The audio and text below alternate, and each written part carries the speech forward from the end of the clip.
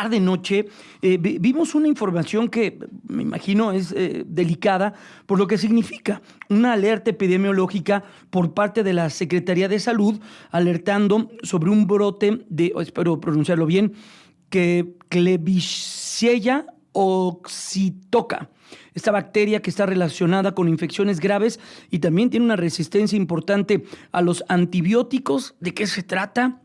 ¿Ante qué estamos? En la línea telefónica está el doctor Francisco Moreno, médico internista e infectólogo. Doctor, ¿cómo se encuentra? Muy buenas tardes. Buenas tardes, Jaime, un gusto estar contigo y con todo tu auditorio. Mira, es una bacteria, es un Bacillus gram negativo, así está catalogada, y es una bacteria que habitualmente se ve en hospitales porque son de estos microorganismos comunes en los hospitales, porque son microorganismos multiresistentes a antibióticos y los pacientes que están en los hospitales habitualmente están recibiendo antibióticos y se acaban colonizando por estas bacterias. Ahora, lo que entiendo de este reporte, que es lo que pues tiene alarma, es que son lo que llamamos bacteremia, es decir, que la bacteria ha sido asociada a infecciones en la sangre, por eso se llama bacteremia. Y esto pues es muy peligroso porque es tener una bacteria directamente en la sangre. De ahí que una de las principales sospechas es que la bacteria haya contaminado alguna sustancia que se le estaba poniendo a estos pacientes, aparentemente nutrición parenteral, y bueno, pues esto es muy grave porque pacientes que ya están en el hospital, que están delicados, resultan infectados por una contaminación de una sustancia que van a aplicarse directamente a la vena. Es importantísimo hacer una detección temprana para saber de dónde es el foco, para que no ocurran más casos como los que han sucedido. Reportan 19 casos y solamente en hospitales, incluso me llama mucho la atención, públicos, pero también alguno privado del Estado de México, doctor.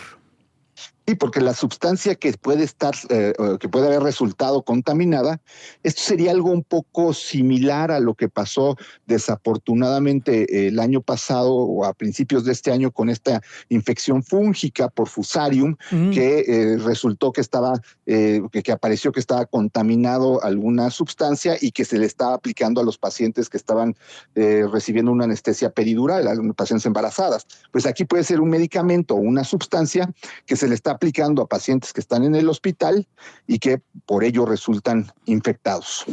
Por ejemplo, nosotros, el público en general, la gente que nos escucha, que no tenemos convivencia con hospitales, que no tenemos contacto con nosocomios, al menos hasta este momento, ¿podemos estar tranquilos? No tiene ningún riesgo, totalmente, totalmente. Ahora, la cuestión es muy delicada porque si no te encuentras rápidamente la sustancia, pues pueden haber más personas que estén involucradas. Entonces, lo que se tiene que hacer es pues la alerta epidemiológica y después un estudio para ver cuáles son pues las sustancias comunes que han recibido estos 19 personas para poder detectar de dónde viene el problema. Doctor, estamos platicando con Francisco Moreno, médico internista e infectólogo. Doctor, ¿cuáles son los procedimientos que tiene que realizar en este caso? No sé si sea la Secretaría local, la Secretaría de Salud local, informarle al INDRE, o cómo es que ocurre esta alerta. ¿De qué trata y cómo es que las autoridades se ponen en alerta con una consideración como lo que ocurrió? Mira, lo que se hace ahorita se llama un estudio de epidemiológico, puede ser un estudio de casos controles, en donde lo que buscas es el común denominador de estos 19 pacientes. O sea, tú empiezas a tener una población que empieza a enfermar de lo mismo y eso es lo que te alerta. Así es, cuando empiezas a detectar que hay una infección común en varias personas y sobre todo que está ocurriendo en el mismo órgano, que aquí en este caso sería la sangre, pues entonces tienes que empezar a ver qué está provocando que varios pacientes al mismo tiempo tengan esa infección en la sangre. Y como es una infección poco común que llegue directamente a la sangre, tienes que asumir que probablemente sea secundaria a la aplicación de alguna sustancia. Y entonces lo que buscas es cuál de estas sustancias han recibido todos los pacientes, que sea común a todos ellos, y de esa manera llegas a encontrar pues el lote contaminado. Si ya tienes una sospecha, pues lo que vas y buscas es esa sustancia, le haces análisis directos y ahí entonces detectas si la Klebsiella oxytoca está pues en alguna de estas pues sustancias en las que puede haberse contaminado, ¿no? Esa es la forma como se hace.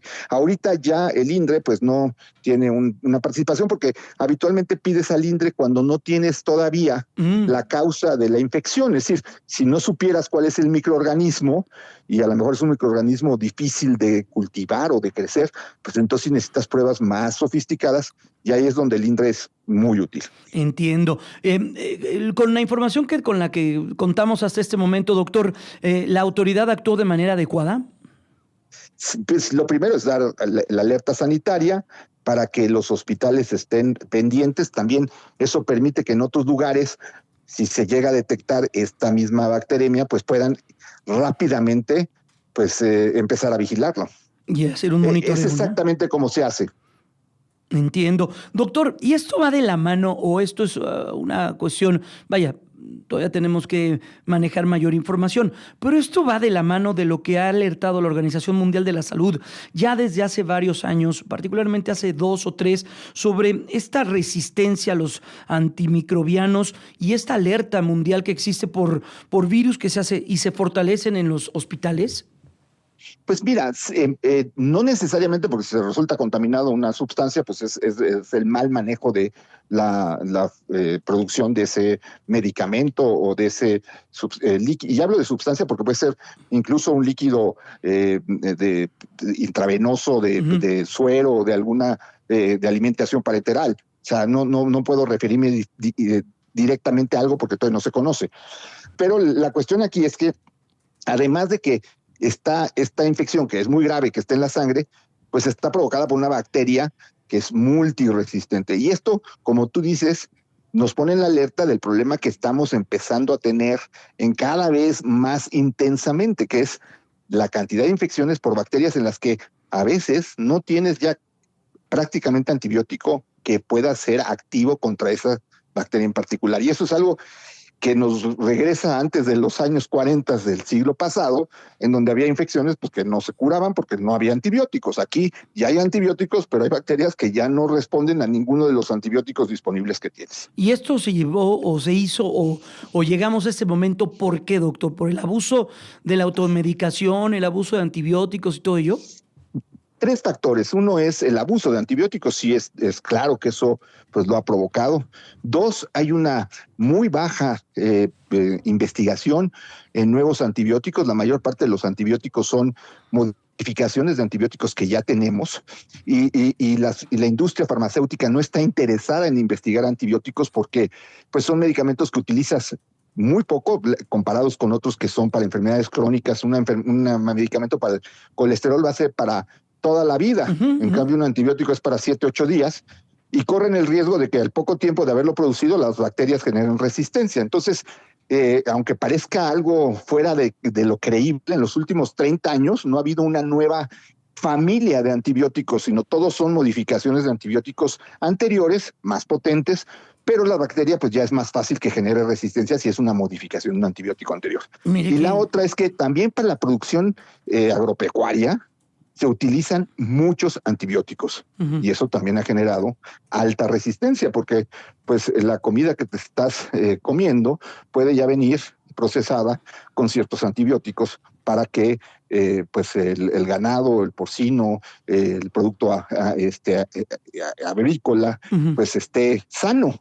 Pero desafortunadamente esto pues en los animales también genera resistencia bacteriana. Entonces esos tres factores son muy importantes: la falta de nuevos antibióticos, el consumo inadecuado de antibióticos y el uso en la industria pues también ha generado todo el problema en el que estamos. Ya entiendo. Doctor, aprovechando que se cuenta la línea, hace unos minutos platicábamos con el doctor en Derecho de la firma Blindaje Médico, Antonio Juárez, y también nos hablaba de un tema que ocurrió el día de ayer en torno a esto de la prohibición del fentanilo o de el uso ilícito de fentanilo y otras drogas sintéticas.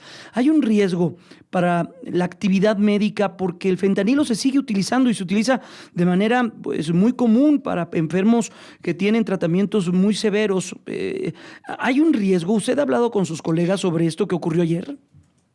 Pues lo que no queremos es que esta prohibición del fentanilo vaya a afectar el uso del fentanilo en forma médica, porque es un medicamento excelente para control de dolor y para procesos anestésicos, que pues realmente le quitaría a ciertos pacientes con cáncer, con dolor terminal, pues la posibilidad de tener una adecuada paliación, es decir, que en los días en donde están sufriendo el mayor dolor estén pues de una forma adecuada. Entonces, creo que tienen que definir muy bien cuál es el uso médico aceptado y cuál es el uso inadecuado. La mayor parte del fentanilo que está haciendo pues el daño es un fentanilo sintético. Aquí el uso médico del fentanilo pues es totalmente diferente. Ojalá y no nos vaya a afectar y no vaya a ser una medida radical en donde todo el fentanilo vaya a desaparecer, porque entonces pues sí va a haber personas, pacientes que van a padecer de no tener esa alternativa. Bueno, pues ya estaremos viendo qué es lo que ocurre y qué es lo que va a pasar ya en Cámara de Senadores en ese sentido, pero sí era muy importante escuchar su punto de vista. Doctor, muchas gracias, que tenga una excelente tarde y cuídese mucho. Gracias, Jaime, un saludo a todo tu auditorio. Hasta pronto. Es el doctor Francisco Moreno, médico internista infectólogo, con esta